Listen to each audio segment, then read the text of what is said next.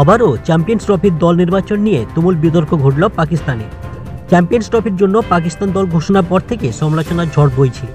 Pakistan cricket board ও নির্বাচকদের সিদ্ধান্ত নিয়ে প্রাক্তন ক্রিকেটাররা প্রশ্ন তুলেছেন।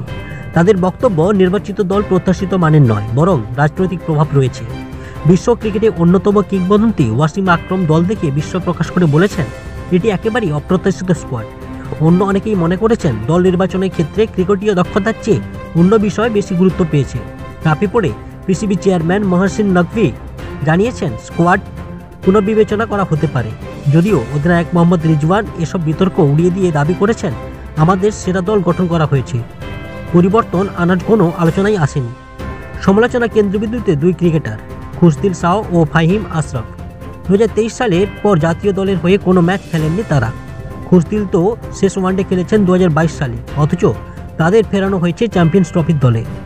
এই বিতর্ক সত্ত্বেও রিজওয়ান দুই সতীর্থদের পাশে দাঁড়িয়ে বলেছেন, দল নিয়ে আমি আশাবাদী, যদিও দল পুনর্গঠনের সম্ভাবনা উড়িয়ে দেওয়া যাচ্ছে না। পাকিস্তান তাদের চ্যাম্পিয়ন্স ট্রফির অভিযান শুরু করবে লাহোর নিউজিল্যান্ডের বিপক্ষে ম্যাচ দিয়ে। এখন দেখার বিষয় মাঠে পারফরমেন্স দিয়ে এই বিতর্কে জবাব দিতে পারে কিনা।